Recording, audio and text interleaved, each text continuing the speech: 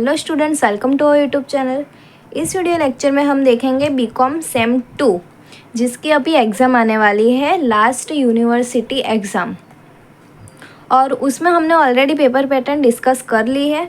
तो आज हम देखने वाले हैं IMP question series for financial accounting 3।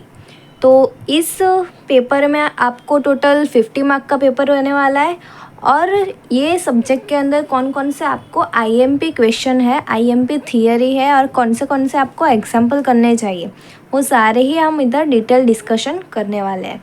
तो टोटल आपका ये पेपर रहेगा 50 मार्क का, और आपको टोटल 5 क्वेश्चन देखने को मिलेंगे।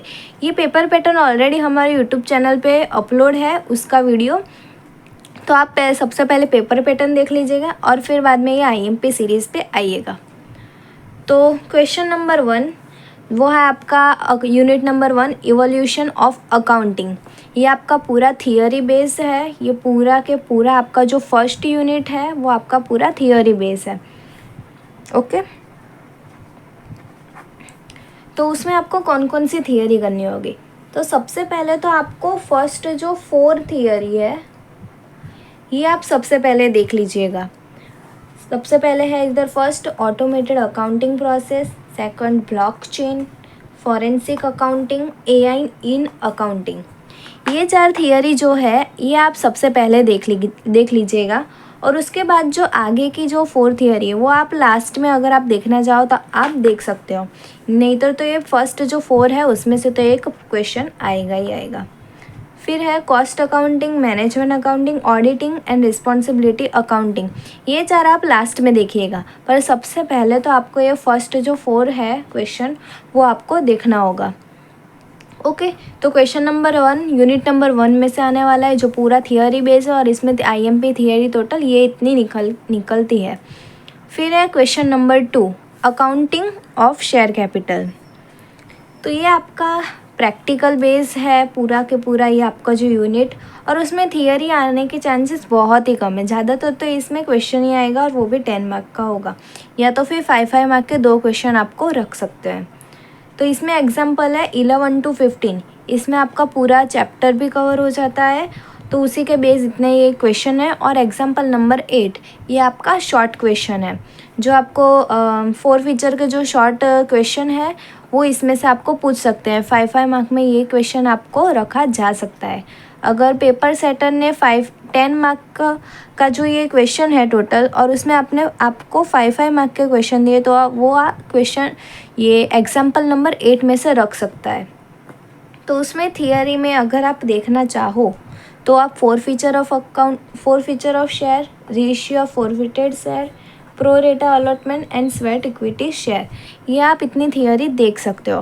पर आप ज़्यादातर फोकस तो इस यूनिट के अंदर सम में ही करिएगा, और थियरी में नहीं, क्योंकि ये पूरा प्रैक्टिकल ही है। ज़्यादातर इसमें प्रैक्टिकल पूछने के चांसेस सबसे हाई है, तो इसमें आप प्रैक्टिकल ही करिएगा। सिर्फ क्वेश्चन नंबर जो 1 है वो थियरी बेस्ड है, तो उसमें आपको पूरे के पूरी थियरी ही करनी होगी। फिर है question number 3, accounting of debenture, जिसमें आपको एग्जाम्पल नंबर 14 to 23 ये सारे ही आपको एग्जाम्पल देख लेने हैं।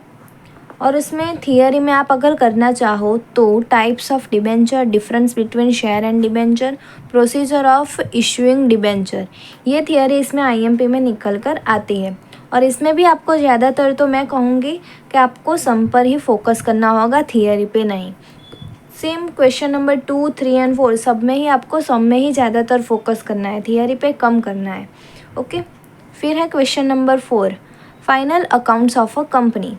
उसमें आपके एग्जाम्पल है 1 to 6, ये आपके बेसिक एग्जाम्पल है। फिर बाद में 40, 50, 16 एंड 17 ये आपके टोटल एग्जाम्पल है। इतने आपको एग्जाम्पल प्रिपेयर कर देना है, उसमें आपकी सारी जो इन्फॉर्मेशन है पूरे जो चैप्टर की वो सारी इसमें कवर हो जाती है।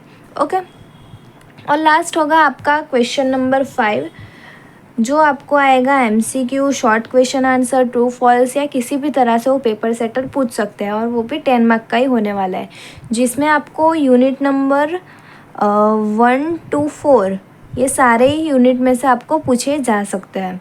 तो ओके, तो ये और ये आप MCQ आपके बुक में लास्ट में जो आपको दिया गया होगा MCQ, वही सारे आपको प्रिपेयर करने हैं, बाकी कुछ भी नहीं।